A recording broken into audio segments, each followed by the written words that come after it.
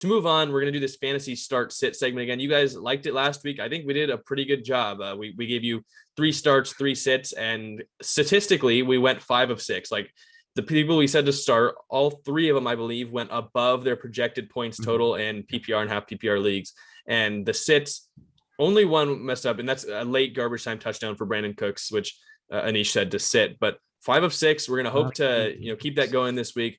We're going to, you guys are seeing this as the full episode or a clip on YouTube. Please leave down in the comment section any other start sit questions you have, because again, we're going to talk about only 6 players in this, but we'd like to respond in comments with more. My start this week on our Instagram, we will have a poll up there as well. On Instagram, sure. Yeah, we'll do it as well. My start this week is Taysom Hill, and we talked about him earlier. If he starts for the Saints this week, if he comes back from his concussion, I think you have to really think about starting him in 12-team, 10-team leagues. And in Superflex, there is absolutely no excuse for not playing him in that Superflex spot. He started 4 games last year. He was a QB1, which means a top 12 quarterback fantasy-wise in every single one. He finished 3rd, 12th, 6th, and 11th in his 4 starts as fantasy quarterbacks. And he's playing the Falcons this week. I've already told this to Streetcar, but Anish, I want you to guess. He scored 22 touchdowns in his career. How many against the Falcons? I'm going to say like 15 out of them. No, so 11 of his 22. So half of his career touchdowns have come against the Falcons. So if he starts this week, I think you really have to think about starting him. I don't know like the little cutoff, like where I would rank him. But you look at quarterbacks that have tough matchups this week. Ryan Tannehill, I think you have to start Taysom Hill over Ryan Tannehill, who's going up against the Rams, who now has to play without Derrick Henry. I don't know exactly where I draw the line, but Taysom Hill, you really got to think about starting him just because of his recent success as a quarterback 1 in fantasy football. I'd agree with that. My start of the week, Deontay Johnson against the Bears.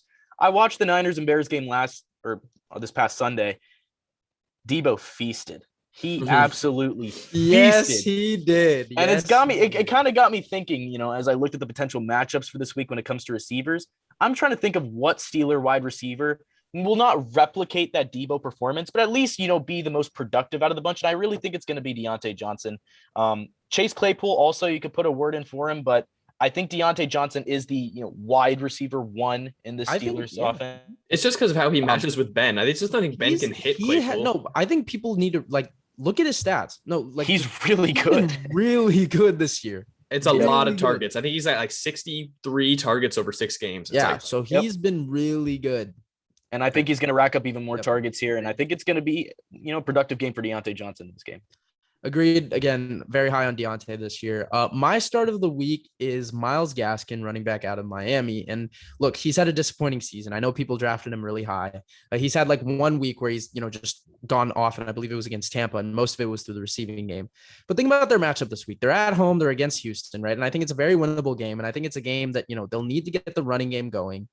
And I think Gaskin is just very efficient. Look, I think the other guy is Ahmed. I don't know his first name, but Salvon. I think he went to Washington. Salvon Ahmed, I believe. But, he is definitely also their kind of power back. But I think Gaskin out the backfield, it's just going to be so easy for him to get these checkdowns. And I think in PPR formats, you got to start a guy like that, especially with all this running back, uncertainty with maybe you need to replace Derrick Henry or something, because I certainly have to. So I think Myles Gaskin would be an interesting start, and especially against a team that it's just a winnable game. And I think you'd always got to start a running back against the team that you think Miami would be up against.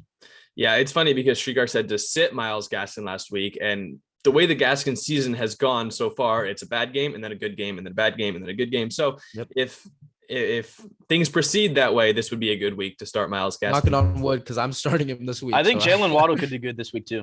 Which is funny because you said to sit him last week too. Yep. But I'm going to say this week, you got to sit Khalil Herbert, who's going up against those Steelers who held Nick Chubb last week under 8 fantasy points. They're on an absolute tear right now. I think I'd still argue they are the best defense in football, and they certainly make the most impact out of any defense. They're really good at just smothering teams' weapons. And right now with this Bears offense, I know that Justin Fields had a good game last week without Matt Nagy and against the 49ers, but I don't think that we can bank on that as a week-to-week thing. Allen Robinson and Darnell Mooney just haven't gotten to going completely.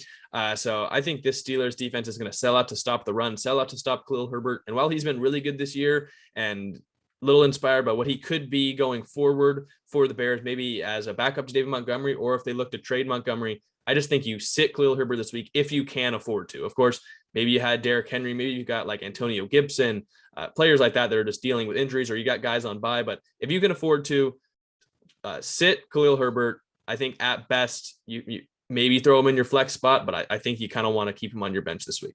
Yep.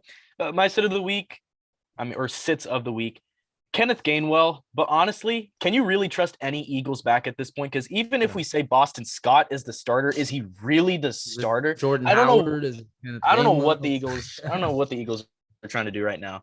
So I wouldn't really put faith in any Eagles back to start. So I'm assuming that most teams would have a guy better than Kenneth Gainwell or a Boston Scott. So make sure you start them. Keep those guys on your bench until we get some sort of clarity as to what the running back situation is in Philly.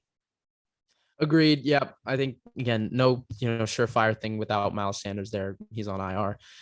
My sit of the week is going to be Kyler Murray. And that is surprising considering he was a top fantasy quarterback, I believe the first 5 weeks of the season.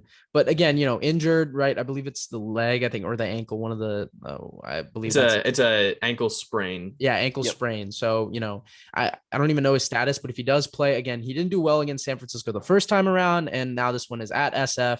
Again, I think it's not that he's been figured out. I just think, he hasn't had those same crazy electric plays.